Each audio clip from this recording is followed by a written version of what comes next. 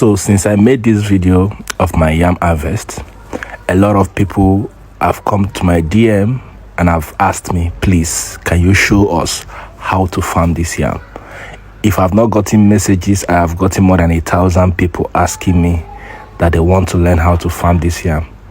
So as I will not be able to make different videos for 1,000 people, I promised you people that once it's time to farm this yam, I am going to show you guys how to do it from bit to bit. Okay, this is the place we started. Right here, we have started putting sand into the sacks. There's nothing special about the sand. Just make sure you get your sand.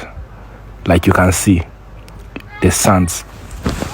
Now, when we put these sands inside these sacks, once these sacks are filled up with sand, now you have to make sure that the sands in the bag are full enough, so that because the quality of yam you will be able to get depends on the quantity of the sand in the sack. So if you put small sand, you only get small yam. Now we are expecting to get big tubers of yam. That's why you see that we are filling it. Over here, I have got almost 100 bags sacked with sand. I'm not looking to get 1,000 pieces of yam. I'm not looking to selling yam. The only yam I'm looking at to getting is the one me and my family will be able to eat. Now you can see that I have brought 2 tubers of yam. This method makes you save yam. If I had gone to market to buy small special of yam, I would have gotten like 100 pieces of yam since I have 100 sacks. But with this method, you'll be able to save cost. Now the lies our parents have lied to us that the quality of yam you get depends on the size of the yam you put on the ground is lie. The quality of the yam you get does not depend on the quantity of yam you put on the ground. This small yam I'm putting on the ground will yield me massive yam. The most important thing is for you to put the yam at the right time in a sack at the right time. Now, I have shared the yam. You can see as I'm cutting the yam, making sure that the back of the yam is visible. That back that we used to peel. Make sure that every slice you are slicing contains that back, because that back is the strongest part of the yam. Mostly it is the side, is that particular back that the yam will start sprouting from.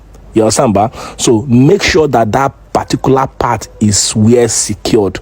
So as you are cutting this yam, don't go and peel it. Don't go and peel yam and say you are planting. No be me say me you peel yam.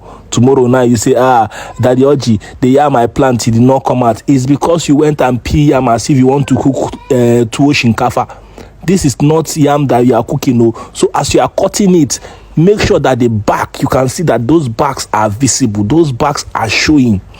Anyone that does not have that back, throw it away. So as you are cutting it, make sure that those backs are showing. Now, when that backs are showing, it means that you are doing the right thing. Cut as plenty as you have sacked already. If you have 100 sacks of yam, cut 100 pieces of yam. Don't go and cut like chinchino, because you hear say, I talk say the quality of yam does not depend on the size of the yam you put on the ground. Cut something tangible, because that yam will stay there for a while before it starts growing. So cut something that is going to be sustainable. You understand, ba? Over here, you've seen that I'm rubbing it with something, and the most important thing is that thing I'm rubbing it with. It is not magic. A lot of people will not tell you what they are rubbing that yam with, but I will tell you here. Now, if you have watched this video, you would have realized that every single minute you have spent on this video is worth it. Now, that thing you are rubbing on that yam is called ashes. Now, how do you get ashes? From things, people that cook with charcoal or firewood. But in a case that you are Jebota, it's because of Tinubu that you want to go back to farm, you don't have ashes, look for cement. Cement will also give you the same result. Put cement in this kind of thing and use it to rub the yam. The essence of you rubbing this yam is because of that place you have cut. You know you've cut it so that it will not rotting from there. You understand? But when you rub it something like this, so even though there are worms inside that sack that want to eat it, it will not be able to eat it again, since you have rubbed it with ashes or cement. If you don't have arches, use cement. Now, after applying arches all around this particular yam, you have applied arches. Make sure the arches gets where, you understand, ba? It does not really need to soak all the yam. Just put it so that it will touch it, you understand, ba? After that is achieved, now one of the other method again, one of the other important part is how you put this yam to ground. Don't just carry yam and go and drop it in the sack and say yes, you have planted it. No, that's why you have to watch this video to the end. After watching this video to the end, you will be able to produce yam in your house. Now, put your hand and open the ground inside the sack. Open it. Don't open too deep, because if you open too deep and you put yam, the yam will give you short yam, because you have already shared the yam into two. You have already shared the ground into two before putting in the yam. So just open the ground, not too deep, not too small.